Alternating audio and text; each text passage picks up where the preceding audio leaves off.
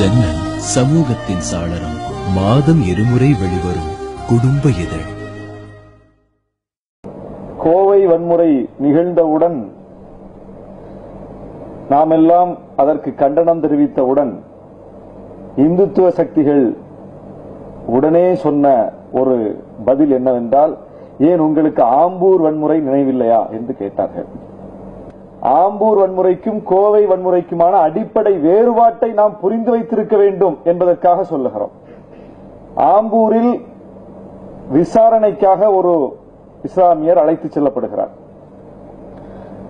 விசாரணைக்காக அழைத்துச் செல்லப்பட்டவர் காவலர்களால் அடித்து படுகொலை செய்யப்படுகிறார். மக்கள் ஒன்று திரளுகிறார்கள். அது ரமலான் மாதம். இயல்பாகவே மற்ற நாட்களை விட அந்த மாதங்களில் முஸ்லிம்கள் ஒன்று திரள்வது என்பது இயல்பாக நடக்கக்கூடிய ஒரு மாதம். அது பெருங்கூட்டமாக மாறிக்கொண்டிருக்கும் போது காவல்துறை அதை கலைப்பதற்கு தடியடியை மேற்கொள்ளும் போது இளைஞர்கள் அந்த வழியாக போகிற பேருந்தை தாக்குகிறார்கள். காவலர்கள் தான் காரணம் என்று சொல்லி காவலர்களையும் தாக்குகிறார்கள். இது மிக மிக கண்டிக்கப்பட வேண்டிய ஒரு சம்பவம். இந்த வன்முறையை நாம் நியாயப்படுத்தவில்லை. இதுவரைக்கும் இப்படிப்பட்ட சமூக ரீதியாக திரண்ட இளைஞர்கள் நிகழ்த்திய வன்முறைக்கு அந்த சமூகத்தின் சார்பில் எந்த தலைவரும் பொறுப்பேற்றுக் கொண்டதில்லை. யாரும் இதற்கு நாங்கள் மன்னிப்பு கேட்கிறோம் என்று சொன்னதில்லை. ஆனால் அன்றைக்கு நீங்கள் அந்த சம்பவத்தை அப்படியே மறு ஆய்வுக்கு உட்படுத்தினால் தெரியும். ஜவாஹிருல்லா அவர்கள் சட்டமன்ற உறுப்பினர், மனிதநேய மக்கள் கட்சியின் தலைவர், அவர் போய் நேரில் பார்வையிட்டு பாதிக்கப்பட்ட, அதாவது முஸ்லிம்களினுடைய எதிர்வினையால் தாக்கப்பட்ட அத்தனை காவலர்களையும் போய் ஒவ்வொருவரையாக சந்தித்தார். மருத்துவமனை ஒவ்வொருவரையாக சந்தித்தார். நான் மன்னிப்பு கோருகிறேன் உங்களிடம், எங்கள் கட்சியை சார்ந்தவர்கள் அல்ல, எங்கள் அமைப்பை சார்ந்தவர்கள் அல்ல, ஆனால் நான் மன்னிப்பு கோருகிறேன். ஏனென்றால் முஸ்லிம்கள் செய்திருக்கிறார்கள், எதிர்வினையாக உங்களை தாக்கியிருக்கிறார்கள், இது தவறு, நான் மன்னிப்பு கேட்டுக் கொள்கிறேன் என்று சொல்லி மன்னிப்பு கேட்டார். இதில் எந்த கடை முஸ்லீம் கடை, எந்த கடை இந்து கடை, எந்த கடை இந்த சாதிக்கு சொந்தமானது, எந்த கடை அந்த சாதிக்கு சொந்தமானது என்கிற பட்டியலை வைத்துக் கொண்டு குறிப்பிட்டு அப்படி தாக்கப்பட்ட வன்முறை கிடையாது.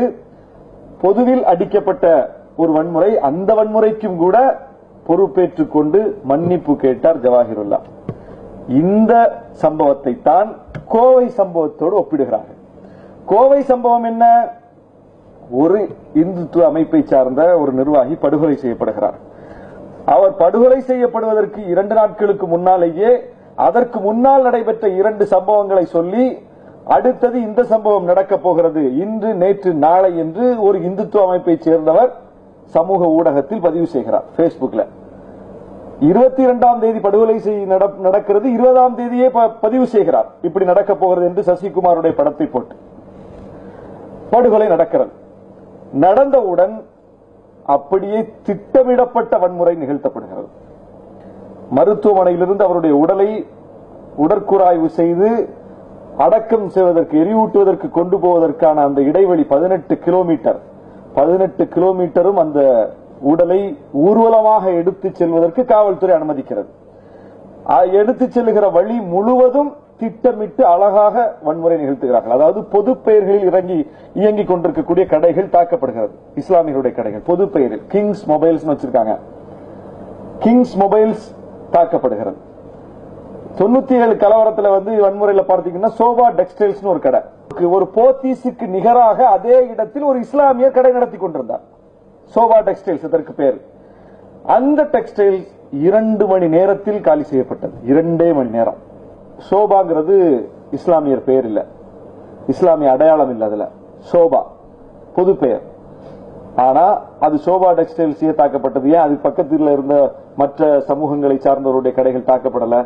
இதுபோல பொது பெயர்களில் உள்ள கடைகள் எப்படி திட்டமிட்டு ஏற்கனவே பட்டியல் எடுக்கப்பட்டு பொது பெயரில் இயங்கக்கூடிய இஸ்லாமியர் கடைகள் குறிவைத்து தாக்கப்பட்டதோ அதே வடிவம் தான் 20 ஆண்டுகள் ஆகிவிட்டது. எந்த மாற்றமும் இல்ல. திரும்பவும் நடக்குது. திரும்ப அதே மாதிரி நடக்குது. கிங்ஸ் மொபைல்ஸ் இஸ்லாமியருக்கு சொந்தமானது பேரை பார்த்து கண்டுபிடிக்க முடியுமா? பூட்டி இருக்க கடை வேற, திறந்து இருக்கிற கடையிலாவது முகத்தை பார்த்து கண்டுபிடிச்சிடலாம். தாடி வச்சிருப்பாரு, அடையாளம் ஏதாவது இருக்கும், கண்டுபிடிச்சிடலாம். பூட்டி இருக்கக்கூடிய கடை கிங்ஸ் மொபைல்ஸ் என்று மட்டும்தான் இருக்கிறது. ஆனால் அது இஸ்லாமியருக்கு சொந்தமானது என்று அவர்களுக்கு எப்படி தெரியும்? அதுவும் ஹெச் ராஜாவினுடைய கூற்றுப்படி பார்த்தால் வன்முறை செய்தவர்கள் வங்கதேசத்துக்காரர்கள் வேற, அவங்க இங்க உள்ளவங்க இல்ல. அப்ப வங்கதேசத்திலிருந்து வந்தவனுக்கு கிங்ஸ் மொபைல்ஸ் நடத்தக்கூடியவன் இஸ்லாமியன் என்பது எப்படி தெரியும்? மகாலட்சுமி பேக்கரி வந்து பிள்ளையார் ஊர்வலத்துக்கு படம் குறைவா தந்தவர் எப்படி தெரியும் வங்கதேசத்துக்காரனுக்கு? அப்படி என்றால் இங்கேதான் நுட்பமாக நாம் கவனிக்க வேண்டும்.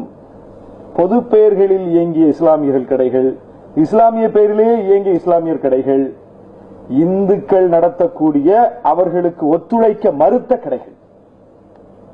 அப்ப மிக மிக திட்டமிடப்பட்ட வன்முறை இது. இது காவல்துறை ஒத்துழைப்போடு நிகழ்த்தப்பட்ட வன்முறை. ஆம்பூர்ல திடுமென கூடிய கூட்டத்தை உடனே தடியடி நடத்தி கலைக்கிறது காவல்துறை. இங்க கடையை அடிக்கிறான், சூறையாடுறான், கொள்ளை அடிக்கிறான், அப்படியே கைகட்டி நிற்கிறது காவல்துறை. எப்படி 2 வன்முறையும் ஒப்பாகும்? எப்படி 2 வன்முறையும் ஒரே இடத்துல பொருந்தி போகும்?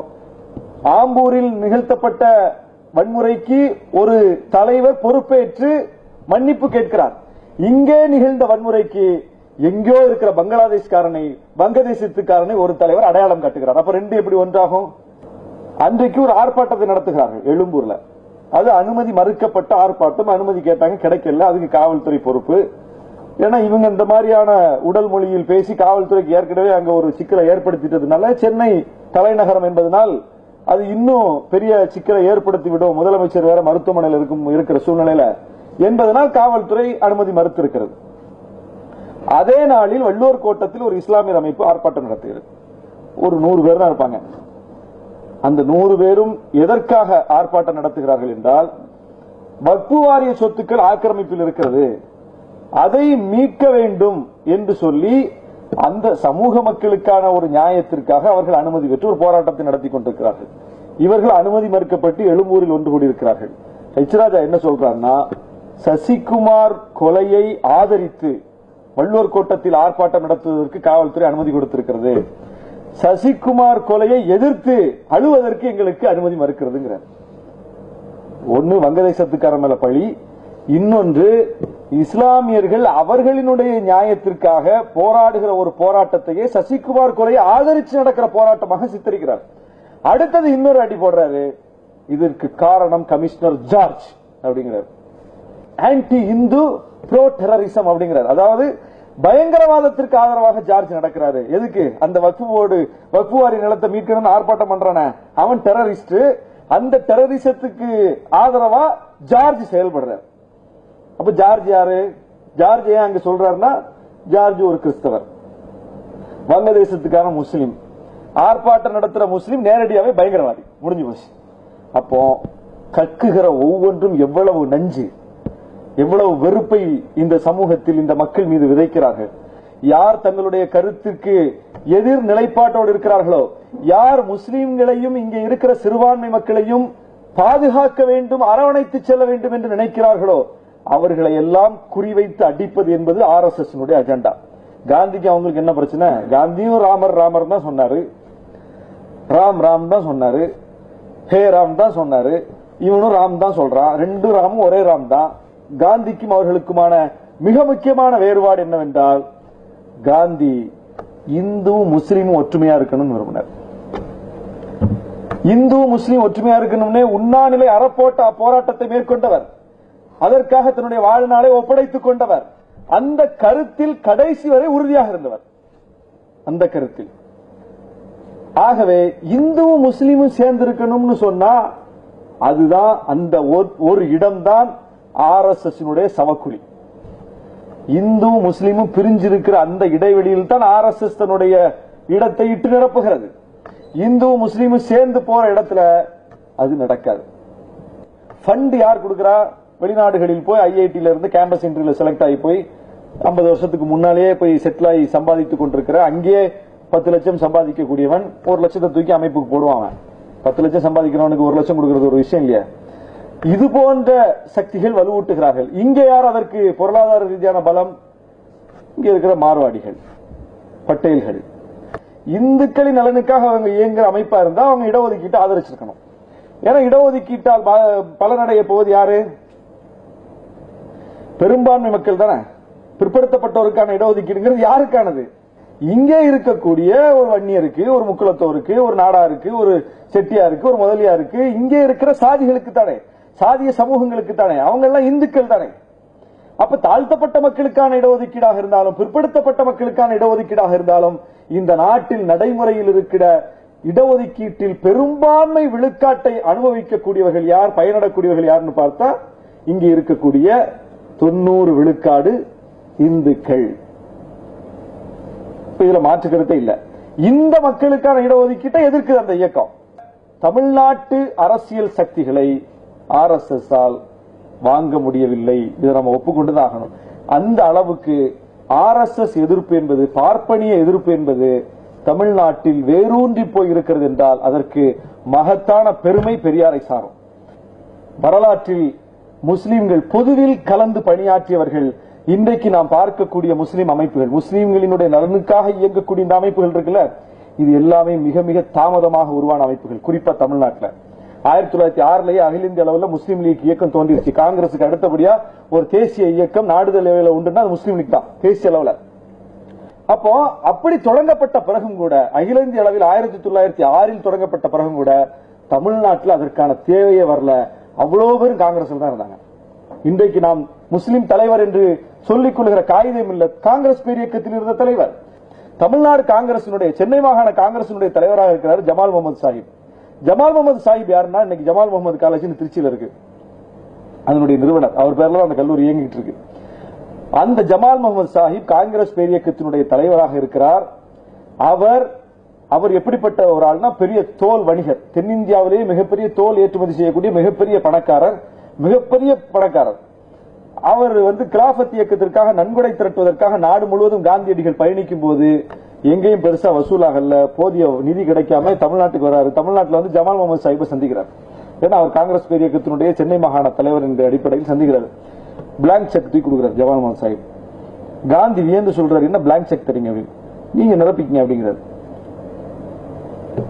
1 லட்சம் ரூபாய் நிரப்புறார். 1920 நடக்குது. 1 லட்சம் ரூபாய் நிரப்புறார் காந்தியடிகள். கிலாபத் இயக்கத்திற்கு ஜமால் முகமது சாஹிப் கொடுத்த கொடை, அவர் ஒரு ஆள் மட்டும் கொடுத்தது 1 லட்சம் ரூபாய். 100 வருஷம் ஆயிடுச்சு. அப்ப எவ்வளவு பெரிய தொகை. அந்த அளவுக்கு தேசியத்தின் மீது பற்று கொண்டவர், அந்த அளவுக்கு காங்கிரசின் மீது பற்று கொண்டவர், தேசிய இயக்கத்தின் மீது பற்று கொண்டவர். காந்தியை வியந்து போறார். இப்படி நான் நாடு முழுவதும் போனேன், யாரும் எனக்கு இப்படி தரல, நீங்க தான் இப்படி தந்திருக்கீங்க என்று வியந்து போறார். அந்த அளவுக்கு தேசிய இயக்கத்தின் மீது பற்று கொண்டவர். சென்னை மாகாண தேர்தலில் போட்டிடுறார் 1930களில். 20களில் பணம் கொடுத்திருக்காரு. ஒரு 10 வருஷம் தான் தேர்தல் வருது, போட்டிடுறாரு. சென்னை மாகாண தேர்தலில் அவரை எதிர்த்து அதே காங்கிரஸ் இயக்கத்திலிருந்து டிடி கிருஷ்ணமாச்சாரி போட்டிடுறார். மிக முக்கியமான ஒரு சம்பவம். அப்போ ஜமால் முகமது சாஹிப் தானே தேசியவாதி, ஜமால் முகமது தானே காங்கிரஸ் பேரியக்கத்துக்கே தலைவர். தேசியவாதியில ஜெயிச்சிருக்கணும். எல்லாரும் தேசியவாதியா உணரலாங்க, எல்லாம் சாதியா உணர்ந்திருக்காங்க. டிடி கிருஷ்ணமாச்சாரி ஜெயிச்சாரு, ஜமால் முகமது சாஹிப் தோக்குறாரு தேர்தலில். அங்கதான் ஜமால் முகமது சாஹிப்புக்கு தெரியுது எவ்வளவு அப்பட்டமான சாதிய அரசியல் இங்கே நடக்குது.